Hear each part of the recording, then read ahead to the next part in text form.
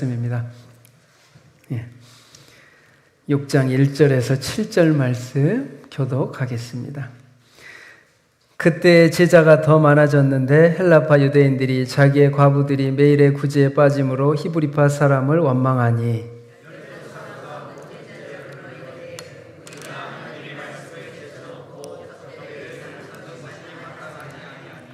형제들아, 너희 가운데서 성령과 지혜가 충만하여 칭찬받는 사람 7을 택하라. 우리가 이 일을 그들에게 맡기고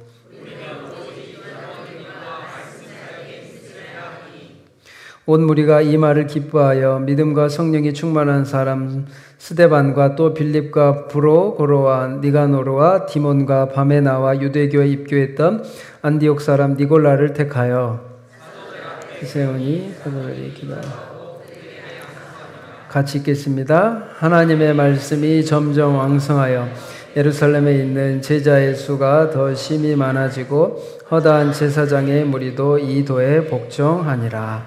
아멘. 네, 오늘은 설교가 아니라 강의를 하도록 하겠습니다. 이제 오늘 제가 오전에 말 부흥하는 교회, 쇠퇴하는 교회 이 책의 내용입니다. 우리 전교인들과 함께 같이 이 책을 가지고 나눔을 하면 좋은데 그러질 못하니까 제가 이렇게 강의식으로 하게 됐습니다. 그러니까 첫 번째 1페이지 다음. 네. 어제는 말했죠. 지금 한국 교회가 굉장히 위기입니다.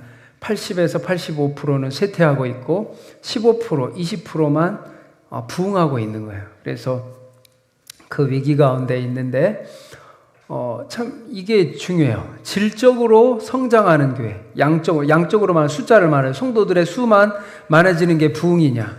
그리고 또 질적인 신앙적인, 오전에도 말한 거, 우리의 영적인 갱신과 우리의 마음이 새로워지고 삶이 변화되는 이 개인의 부흥이 함께 같이 간다는 거예요. 양적인 부흥과 질적 부흥이 이 책에서는 같이 간다고 말합니다. 근데 그 말이 맞죠.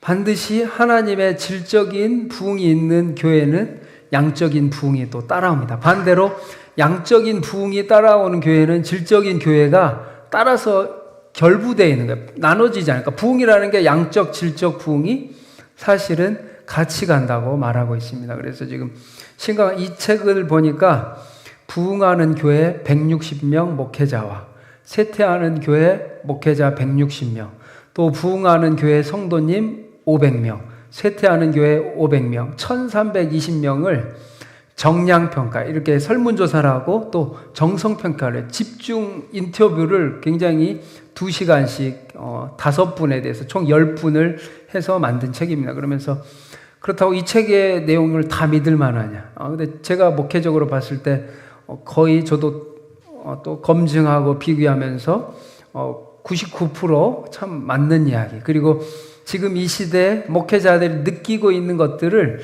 책으로 정리를 해 주었습니다. 그래서 중요한 건 이거예요. 쇠퇴하는 교회는 제가 끝에 간략하게 하고, 부흥하는 교회는 이 세 가지가 참 중요해요. 성도님들이 기쁨으로 봉사를 적극적으로 참여하는가. 그러니까 우리 교회를 생각하시면 돼요. 우리 교회는 성도님들이 적극적으로 기쁘게 여러 부서들을 교사나 찬양대나 섬기고 있는가.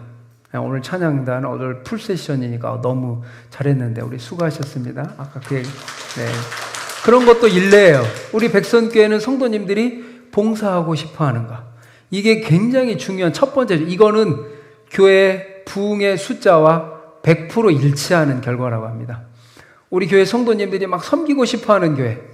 당연하죠. 교회에 은혜가 있고 즐거움이 있고 기쁨이 있고 보람이 있고 감사가 있으면 성도들은 섬깁니다.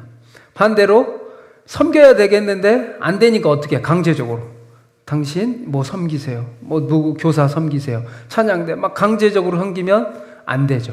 두 번째, 3040이 활성화되는 교회. 제가 이제 3040에 이렇게 더 관심 가는 부분도 있지만 사실 가장 연약해요. 우리 부모님 세대는 그래도 오후 예배라도 드리잖아요. 이 자체가 신앙이 3040과 비교했을 때 신앙이 더 성숙하고 완숙하다는 의미입니다. 3040들 지금 몇 안 되잖아요. 그럴 수밖에 없어요. 그래서 3040이 가장 신앙적으로 약합니다. 그렇기 때문에 3040이 없으면 무슨 문제가 생기냐? 자녀들이 교회를 안 와요. 그 문제가 있습니다. 그리고 세 번째는 소그룹이 활성화되는 교회. 제가 이걸 많이 봤습니다. 아무리 새가족을 전도하고 초청해도 우리 교회의 밭이, 소그룹의 밭과 모든 밭이 좋지 않으면 100명을 전도해도 100명이 정착하지 않아요. 반대로 우리 교회 소그룹과 교회 분위기가 좋고 이런 것이 좋으면 10명을 전도해도 10명이 남습니다. 근데 이 이야기는 부흥하는 교회, 모든 교회는 이 부분에 대해서 정확하게 일치하는 부분이에요.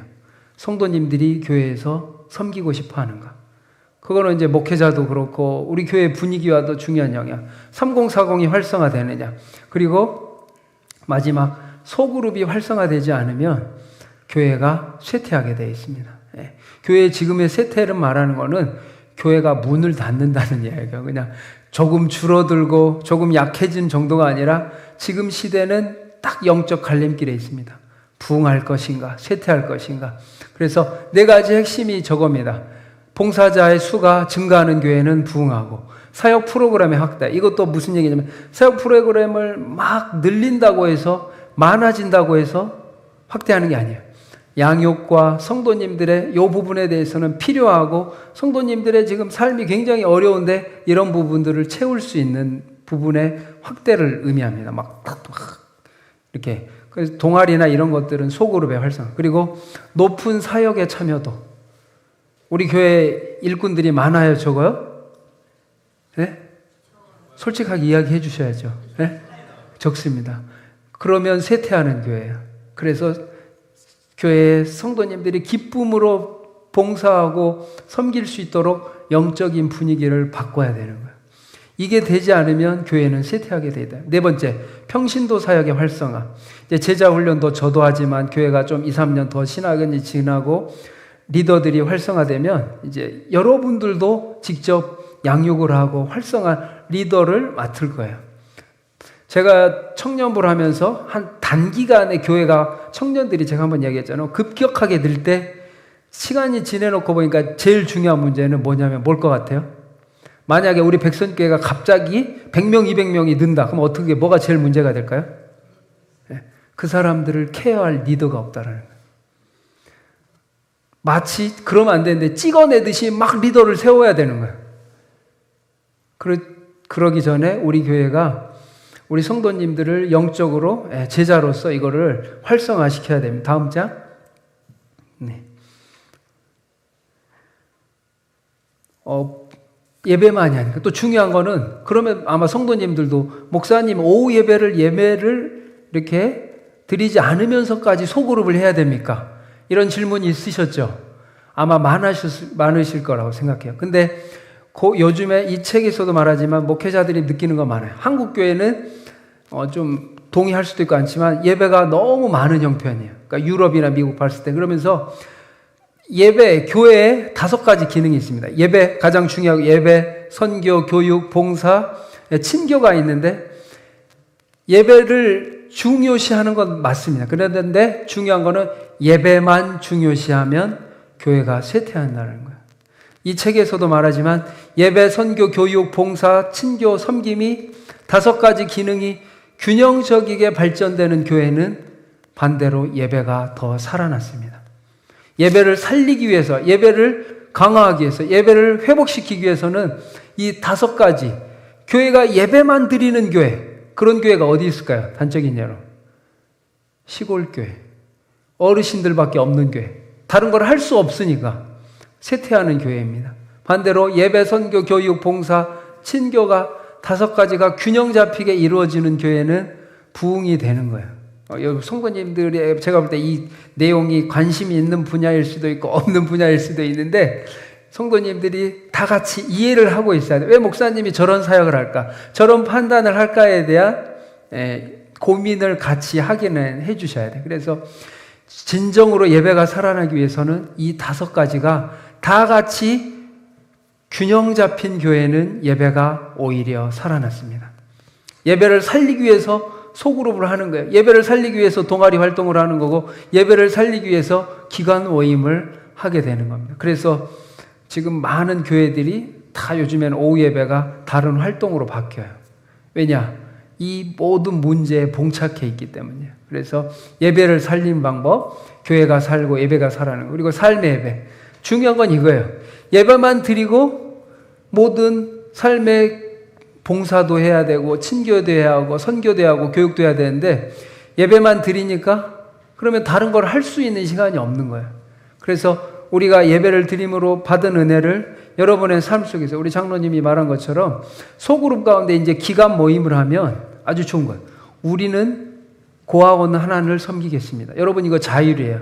제가 막 우리 몇 기간은 이 교회 섬기세요. 몇 기간은 이런 선교지 섬기세요. 이게 아니라 앞으로 지금 우리 교회가 후원하고 섬기는 교회와 기간 또 기독교 문화 또 많은 다양한 월드비전이나 뭐 기아대체 컴패션 이런 단체들도 섬기고 봉사할 때 기간에서 자율적이게 선정하십시오. 제가 시켜서가 아니라 자율적이게. 그래서 이 모든 삶의 예배가 드려질 수 있도록 예배에서 끝나는 게 아니라 이 삶의 예배가 계속 이어질 수 있도록 여기까지 이어지는 거 이게 온전한 예배라는 거예요. 한국교회가 지금 이 부분이 많이 문제가 된 거예요. 삶의 예배가 안 돼. 예배는 많이 드리지만 삶의 예배, 직장에서, 가정에서, 일터에서 예배가 되는가? 그 얘기를 이 저자는 하고 있습니다. 우리 지용근 대표는 안수 집사님이세요. 목회자로서 뭐가 좋냐? 저는 목회자의 색깔이 이미 색안경이 있잖아요. 평신도의 관점에서 목사님들에게 조언을 하는 거예요. 목사님, 이건 이렇게 해야 됩니다. 성도님들은 이렇게 느끼세요. 그래서 제 세미나 들었을 때 참 많은 걸 느꼈고 도움이 많이 돼요. 그동안 목회자에서 느끼지 못했던 평신도 성도들의 시각을 말씀해 주시는 거예요. 그래서 다음 장 좀 급한데 교회가 봉사자 수가 증가해야 교회가 증가됩니다. 봉사자 수를 어떻게 늘릴 수 있을까요? 그러면 예? 제가 막 푸시하고 막 부담 주고 하면 늘어날까요? 그런 시대 아닙니다. 아시죠? 본인이 은혜를 받고 하나님의 영적으로 부흥의 각성이 일어나야 돼요. 근데 제자 훈련을 통해서 성도님들에게 사명감과 왜 우리가 교회를 섬기고 봉사를 해야 되고 하나님 안에서 신앙생활을 더 섬겨야 되는지에 대해서 세울 수 있는 거는 제자 훈련이에요. 제가 그래서 청년부를 하면서 교회가 급격하게 단기간에 부흥하면서 제자 훈련을 참 많이 했어요. 성경 공부도 많이 했어요. 그러면서 그런 것들이 결국 제가 계속 말씀과 기도, 말씀, 기도. 모든 사역의 에너지가 어디서 나올까요? 말씀과 기도에서 나옵니다. 하나님의 비전이 어디서 나올까요? 목회자에게서 나오는 게 아니에요. 하나님이 비전과 꿈은 말씀과 기도로 주는 거예요. 하나님이 주셔야 하는 거지, 내가 이걸 해야지. 그게 아니라는 거예요. 그래서 의미심장한 이유는, 영적인 분위기, 봉사주가 수가 증감으로써 성도들의 신앙의 헌신도, 믿음이 있으면 실천이 나타나야 되는데 이거를 소그룹과 여러분의 선교, 봉사, 교육 여기서 나타나라는 거예요. 그래서 교회의 역동성이 일어나는 거예요. 예배를 오전, 오후까지 예배 드리고 나서 교회에 남아있으면 아마 이 자리에 나오신 분들도 아침 8시, 9시부터 나와서 4시, 5시까지 이거는 월요일 날 출근하시는 분들 사실 이제는 불가능합니다. 그래서 오후 예배를 소그룹과 제자 훈련 이렇게 이제 진행. 그 다음 본질적으로 제자들의 공동체야. 제가 좀 이 책을 보면서 느꼈던 거. 저는 사실 좀 성도님들에게 신앙의 자율성을 많이 존중하는데 더 중요한 거는 우리 성도님들을 예수님의 제자로 양육하는 거예요. 여러분을 제자로 양육하는 게 목회자의 사명이에요. 여러분에게 신앙을 편리하게 하는 게 절대 좋지 않다고 이 책을 말합니다. 저는 그 문구를 읽으면서 과연 내가 사역을 잘 하고 있는가 질문을 하게 됐어요. 그래서 좋은 목회자는 여러분을 하나님께로 더 인도하는 목회자예요. 주님의 제자로 만들어가는 거. 그래서 공통점, 주 안에 사역에 참여하고 자신의 은사와 재능을 또 드러내고 영적인 성숙도 이런 것들을 그동안은 예배를 통해 은혜를 받았다면 이제는 실천하라는 거예요. 그동안 우리 한국교회가 이 믿음 안에 액션, 삶의 예배, 믿음의 예배, 신앙의 믿음의 행위가 삶의 실천이 부족했기 때문에. 그래서 온전한 믿음을 이루어가기 위해. 이래서 봉사자가 증가해야 됩니다. 그 다음 장, 제자 공동체. 영적임에 부응하는 교회, 분위기가 바꿔지고 기쁨과 감사와 즐거움은 하나님의 말씀과 기도를 통해 은혜를 누리는 방법밖에 없습니다. 그래서 말씀을 더 읽고 제자 훈련을 하고 또 반대로 쇠퇴하는 교회는 영적으로 침체하고 역사가 나타나지 않고 보람과 기쁨과 즐거움이 없고 훈련과 양육이 없어요. 쇠퇴하는 교회는 양육이 없습니다. 그래서 우리 봉사자의 수를 늘린다는 것은 꼭 하는 게 아니라 신앙 안에서 주님 안에서 더 제자로 양육하고 세워감으로써 이런 역사가 나타나는 겁니다. 그래서 중요한 거 다음 장 리더를 세우기 위해서 제자 훈련을 하는 거예요. 그래서 그전에는 제가 들은 게 있지만 앞으로는 모든 성도님들이 다 대상이에요. 먼저 우선순위는 있습니다. 먼저 해야 할 대상들은 있어요. 그렇지만 모든 사람들이 앞으로 이제 제자 훈련의 대상이라는 거. 그래서 근데 강의로는 안 해요. 그동안 한국 교회가 많은 강의를 했지만 강의는 듣고 끝나요. 삶이 변화되지 않기 때문에 여러분과 저도 삶을 나눌 거예요. 여러분의 모든 삶을 나누고 근데 중요한 거는 그 삶을 나누는 중심이 말씀과 기도라는 거예요. 말씀으로 삶을 나누는 겁니다. 그래서 중요한 거는 그리고 이제 부흥하는 교회는 미래지향적이고 3040 세대 왜 중요하냐?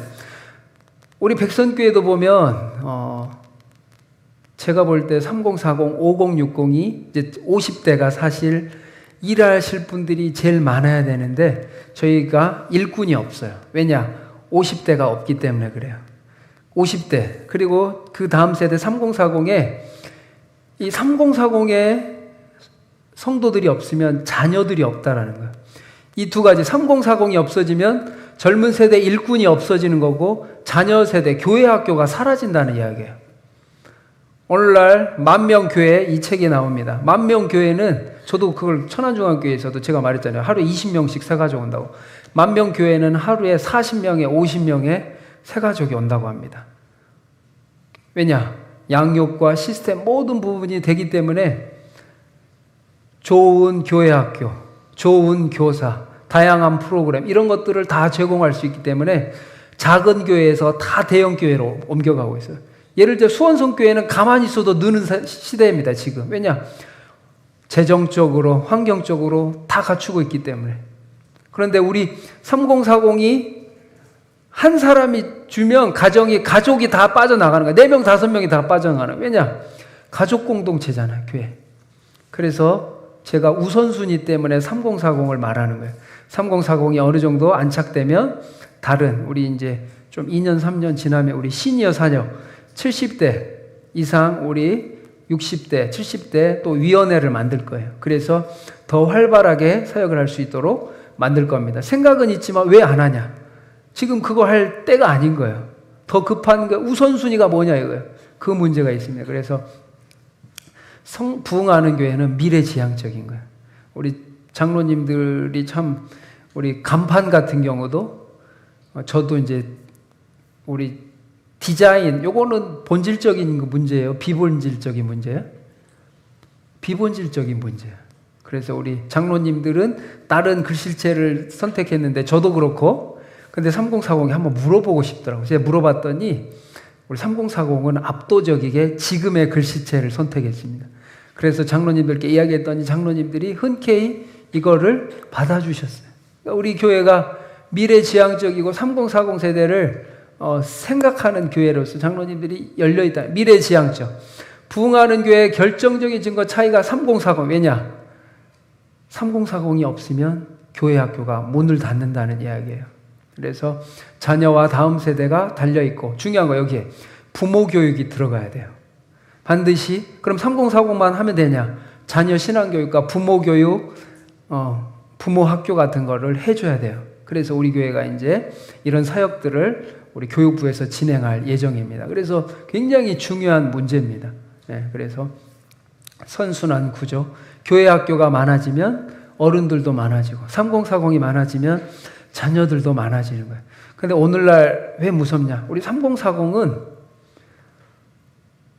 본인이 마음에 안 들면 교회를 안 나와요. 우리 5060 어르신 세대는 싫어도 교회를 사랑하는 마음이 교회에 나왔는데 지금 3040은 달라요. 싫으면 안 나옵니다. 본인도 안 나가고 자녀도 안 보내요. 그렇기 때문에 모든 교회가 저만 이야기하는 게 아니라 이 모든 목회자들은, 큰 교회들은 교역자들이 전체 이 북책을 가지고 북쉐어링을 해요. 앞으로 사역 방향에 대해서 토론하고 교역자끼리 수십 명의 교역자끼리 토론을 하고 이야기를 나누고, 근데 저희는 이제 또 제가 급해서 일단 강의를 하지만 큰 교회는 할 수 있으니까 하는 거야. 근데 우리 교회도 이런 마인드와 지적인 공감대를 가지고 있어야 됩니다. 그래서 이들이 없으면 시골교회는 말하죠. 젊은 세대가 없고 자녀들이 없으면 어른들밖에 없어. 그럼 할 수 있는 게 예배밖에 없는 거예요. 예배만 하는 거야. 그런 교회는 점점 쇠퇴합니다. 그래서 30세대 활성화를 위해서 3040 세대, 교회학교 다음 세대, 부모 교육이 같이 가야 돼요. 요거는 급하니까 제가 우리 올해부터 조금씩 할 거예요. 다음 장.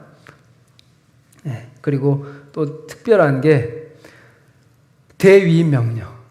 전도와 선교가 이루어지는 거예요. 저는 이제 좀 보면서 사실 우리 백선교회가 아직 전도하고 선교하기는 좀 아직 상황이 아니죠. 그래서 저도 급하게 생각하지는 않습니다. 그런데 전도와 선교가 일어나지 않는 교회는 부흥하지 않아요.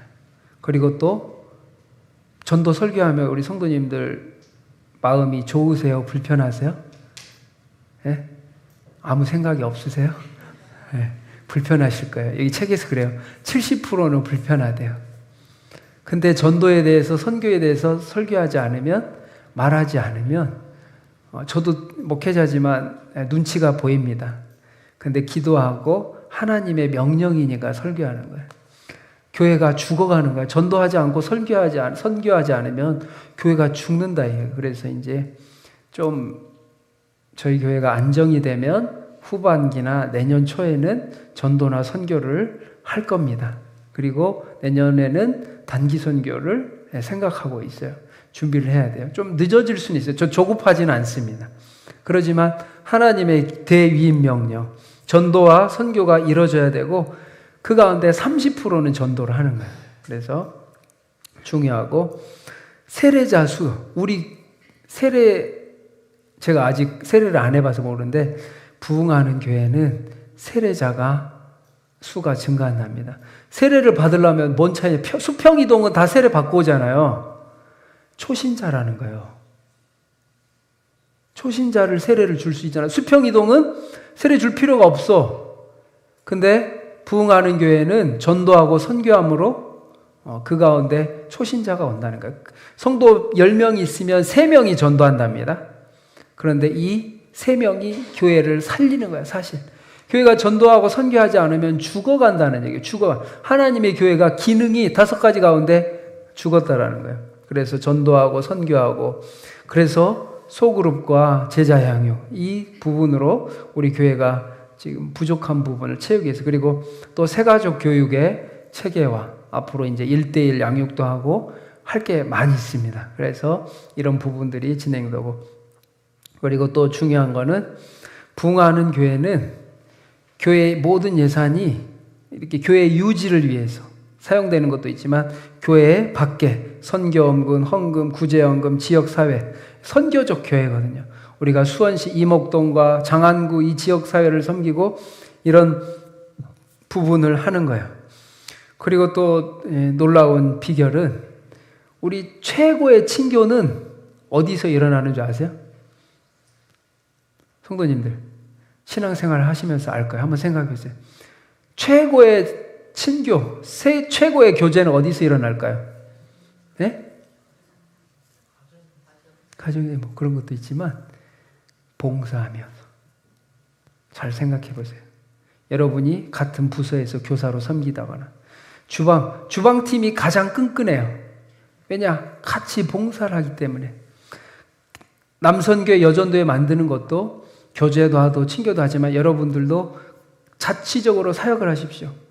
우리 교회 주변에 쓰레기를 줍는다거나 고아원을 하나 맡아서 고아원을 섬긴다거나 매월 방문한다거나 또 선교지를 위해 우리 기관에서 후원을 한다거나 또 우리 고아원이나 또 양로원 또 우리 컴패션이나 월드비전을 통해서 한 영혼을 맡고 같이 봉사할 때 최고의 친교가 이루어지는 거예요. 저는 이 말을 공감합니다.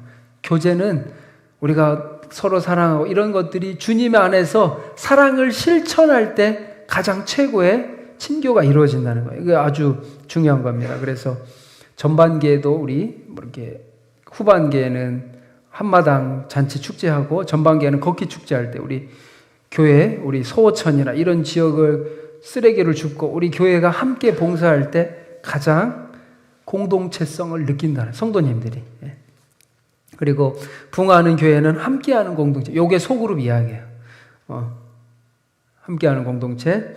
소그룹이 잘 돼야 부흥하고 삶을 나누고 봉사하고 교제를 해야 합니다. 말한 것처럼 구역예배 삶을 나누는 것도 중요하지만 이 믿음에 대한 삶의 나눔에 대한 실천이 없으면 말에서 그친다라는 거예요. 우리 구역장님들도 한번 생각해 보시오. 구역과 기관, 남성교회 여전도회 그리고 동아리 활동 모든 것들이 여러분의 신앙과 삶의 봉사와 실천으로 연결이 돼야 된다는 거예요. 믿음은 행함과 믿음이 같이 가는 겁니다. 믿음, 그동안 한국교회가 행함이 약했어요. 이거에 대한 사회적 요구로 인해 지금 손가락질을 당하고 있는 거거든요. 믿음이란 온전한 예배는 여러분의 삶의 자리가 그 신앙이 삶 속에서 봉사하고 실천될 때 이게 여기까지가 예배이자 믿음이라는 이야기예요. 우리가 예배에 대한 지경을 넓혀야 됩니다. 주일 예배, 수요 예배, 금요 기도회, 새벽 예배 너무 중요합니다.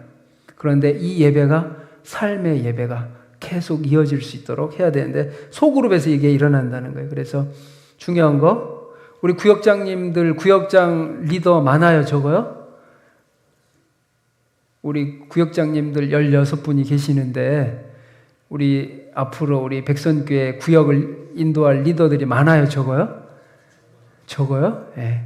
그러니까 앞으로 많아지기 위해서 소그룹 리더를 세울 수 있는 제자 훈련과 양육이 돼야 된다는 겁니다. 준비가 안 됐는데 훈련이 안 됐는데 자꾸 리더를 시키면 문제가 생겨요. 저는 그래서 잘 이걸 안 시킵니다. 보고 훈련과 양육이 있어야 돼요. 어떻게 기도하고 어떻게 말씀을 나누고 어떻게 어려운 이들을 섬기고 이런 부분이 양육이 돼야 리더로 설 수 있어요.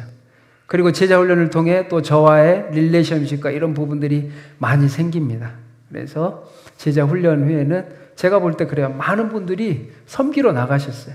교사로 섬기러 가고 찬양대로 섬기러 가고 저랑 성경 공부하고 제자 훈련했던 분들은 다 이렇게 섬기러 가셨어요. 제가 그 얘기 했거든요. 여기서 은혜만 받지 마시고 뭐 하나라도 반드시 섬기십시오.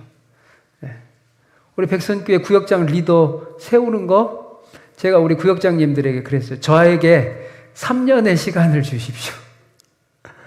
네. 3년 정도는 시간이 필요할 것 같아. 지금 오랫동안 우리 막 섬겨오신 분들이 빨리 이제 바톤 터치하고 싶어 하시는데 저에게 3년의 시간을 주셔야 돼. 제가 공개적으로 이야기하는 게 다음 세대 리더들이 준비되기 위해서는 3년의 시간이 필요해요, 저에게. 그래서 지금 체제로 3년을 가야 된다는 거예요. 그 안에 조금씩 바뀌겠지만 그래 필요합니다. 그래서 부흥하는 교회는 또 교인들이 변화에 대한 의지가 있다고 합니다. 수용도 변화를 해야 되겠다. 그리고 개혁, 혁신에 대한 혁신이 뭐죠? 자신의 가죽을 몸을 찢는 것처럼 혁신을 해야 된다고 이 책은 말하고 있어요. 그래서 변화를 교배하면 지금은 교회가 죽어요. 저도 그냥 했던 대로 하는 게 제일 좋죠. 그러나 그대로 가면 교회가 죽습니다. 그 얘기를 부흥하는 교회, 쇠퇴하는 교회 목사님들이 다 똑같이 이야기하는 거예요. 시대가 변했다. 그걸 뭘 느끼냐? 하나님께서 지금 새 판을 만들어 가시는 거예요. 코로나를 통해서 하나님께서 새 판을 만들어 가시고 한국교회 새로운 판을 만들어 가시고 새로운 판을 지금 만들어 가십니다. 그래서 예배, 선교, 교육, 봉사, 친교가 균형적이게 이루어져야 돼요. 어느 하나만 돼서 안 된다라는 거예요. 그래서 이런 것들 우리가 준비하고 또 봉사자수, 3040 소그룹이 활성화되고 또 이야기도 합니다. 교인들의 개혁의지, 거버넌스. 우리 교회의 리더들 그룹의 의사결정 구조가 더 또 변해야 된다고 이야기도 말해요. 저도 이제 고민하고 있습니다. 새술은 세부대. 이 책은 말하고 있어요. 그럼 이 책이 뭐 진리냐, 성경이냐? 99% 진리예요. 성경은 아니지만 저도 보면서 맞는 말인가 의아한 부분도 있습니다. 그러나 맞는 말이에요. 그러면서 새술은 세부대. 코로나 이전으로 회귀해야 되냐? 아니요. 회귀가 아니랍니다. 이제는 새술은 세부대의 전환, 새로운 시대의 저환을 거예요. 그래서 새술은 세부대에 닮아서 우리 백선교회가 부흥하고 발전하는 교회가 돼야 됩니다. 제가 볼 때 지금 예배 양육, 친교는 제가 볼 때 한 6개월 사이에 많이 좀 됐어요. 그런데 전도 선교는 아직 못 들어갔습니다. 우리 교회적 좀 회복과 이런 필요한 부분을 내적인 또 회복해야 할 부분들이 있기 때문에 좀 근데 이제 결국 하게 됩니다. 이 참 중요한 이야기를 하더라고요. 우리 백선교회 현재의 모습이 미래를 결정하나요? 네. 우리 보통 생각해 현재의 모습이 미래를 결정합니다. 맞는 말이죠. 맞는 말이에요. 이거는 현재 내 모습이 내가 열심히 운동하고 열심히 건강하게 살면 미래도 밝을 거예요. 그런데 게으르고 나태하고 아무것도 하지 않으면 미래도 없습니다. 근데 이 책에서는 아주 저에게 큰 인사이트를 준 게 미래가 현재를 결정한다는 거예요. 우리 백선교회 성도님들 한번 이제 생각해 보십시오. 10년 후에 우리 백선교회의 모습을 생각해 보세요. 미래가 현재를 결정한다. 반대 아닌가? 저도 생각했어요. 근데 읽으면서 그 생각이에요. 10년 뒤에 백선교회 모습을 한번 나중에 요거 한번 나눔했으면 좋을 것 같아요. 우리 성도님들이 생각하는 10년 후에 우리 백선교회 모습이 현재의 모습을 결정한다. 이게 뭔 말이냐면 우리에게 이 미래에 대한 생각이 있으면 우리의 오늘 하루가 그 예배가 달라진다는 거예요. 10년 후에 백선교회를 생각할 때 백선교회가 달라진다는 거예요. 보통 비전이 있고 미래가 있으면 미래가 현재를 결정하고 방향성과 과정을 만들어냅니다. 그래서 10년 후에 백선교회의 미래가 우리 지금을 결정하는 거예요. 우리가 무엇을 꿈꾸고 하나님 앞에 기도하고 간구하고 부흥을 달라고 기도해야 될지 저만 꿈꾸면 될까요? 안 될까요? 안 됩니다. 안 됩니다. 목회자 혼자 다 할 수가 없어요. 우리 성도님들이 함께 기도하고 함께 꿈을 꾸고 우리 옆에 분과 인사하기 10년을 위해 기도합시다. 10년을 위해 기도합시다. 10년을 위해 기도합시다. 네. 하나님이 지금 한국 교회의 판을 바꾸고 계신데요. 근데 저도 그 말에 공감합니다. 지금 설명할 수는 없지만 하나님께서 한국 교회의 판을 바꾸고 계세요. 목회자도 판을 바꾸고 저도 판을 바꾸고 그 변화에 따라가야 됩니다. 그러면서 교회 운영 리더십 반대로 이제 쇠퇴하는 교회 잠깐 한 5분만 하겠습니다. 쇠퇴하는 교회 비전이 없습니다. 책임을 전가하고 목회자가 영적 침체. 저는 사실 제일 걱정되는 게 목회자가 영적 침체에 빠지는 이유는 말씀과 기도에 집중하지 못하기 때문에 오늘 말씀에 보면 4절, 6장 4절 성경 보십시오. 성경 제가 읽어드릴게요. 우리는 오로지 기도하는 일과 말씀 사역에 힘쓰리라 하니 사도들이 말씀과 기도에 힘썼다라고 말해요. 다른 지금 구제하고 헬라파 유대인들과 유대파 히브리파 사람들 가운데 구제하는 중요한 일 가운데 문제가 생겼는데 그 문제를 보면서 무슨 생각을 했을까요? 이 문제 생기는 원인이 무엇일까? 지금으로 말하면 교회에 문제가 생기는 원인이 무엇일까? 그 얘기예요. 그 답이 이거예요. 사도들이 우리는 오로지 기도하는 일과 말씀 사역에 힘쓰리라. 목회자들의 영적 침체는 제가 판단하기에 틀릴 수도 있습니다. 그러나 목회자들이 말씀과 기도에 집중하지 않았어요. 다른 것들을 너무 많이 하기 때문에. 저도 그런 실패를 해봤습니다. 그걸 경험했어요. 그래서 말씀과 기도에 집중하고 기도와 영성의 약화. 기도와 영성이 없이 프로그램에 의미가 없습니다. 프로그램은 문의와 포장은 될지언정 생명을 살릴 수가 없어요. 프로그램 저도 많이 해봤습니다. 근데 성도들이 살아나지 않아요.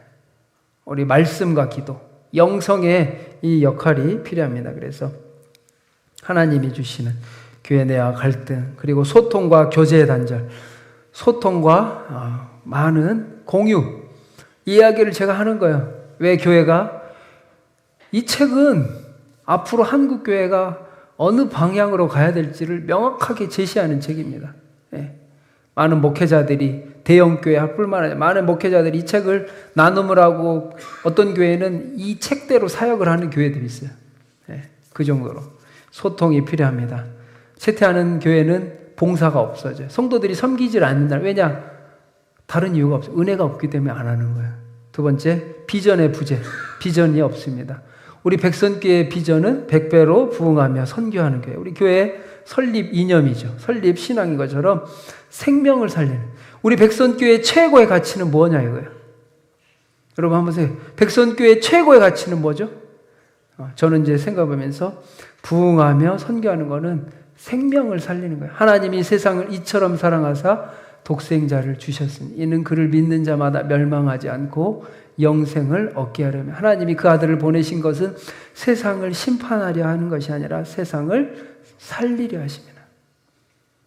최고의 가치는 생명을 살리는 데 있습니다. 우리 백성교회의 최고의 가치, 생명을 살리는, 전도하고 선교하고 하나님 앞에 예배드린 모든 것들 하나님 앞에 나아가는, 그리고 창조 세계를 살리는. 여기서 또 다시 이야기해요. 쇠퇴하는 교회는 허리 세대가 없어요.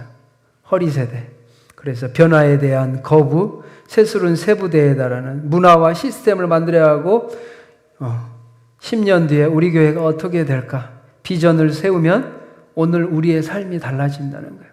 5년 뒤에, 10년 뒤에 비전, 우리 성도님들과 함께 대화하면서 같이 만들어가는 거예요. 같이 기도하고 5년 뒤에는 백선교회가 어디에 위치해, 어떤 모습의 준비를 하고 10년 뒤에는 어떤 교회, 어떤 부흥의 모습이 그려진다는 거예요. 그래서 교회 리더들이 본질에 집중하는 설교와 시스템을 만들어야 됩니다. 아마 지금 이런 강의 처음 들어보시죠? 전에도 있으셨나요? 없으니까 제가 볼 때. 근데 여러분 갑자기 복잡할까요? 목사님이 알아서 하세요. 저는 그냥 따라갈게요. 그게 좋은 게 아니에요, 성도 여러분. 여러분도 생각하셔야 돼. 같이 고민하고 같이 기도하고 이 비전을 함께 만들어가지고. 왜냐? 목회자만 만들면 성도님 나는 그 비전 없는데? 그렇게 되는 거예요. 그래서 백선교회가 중요한 거, 제가 결론은 이거예요.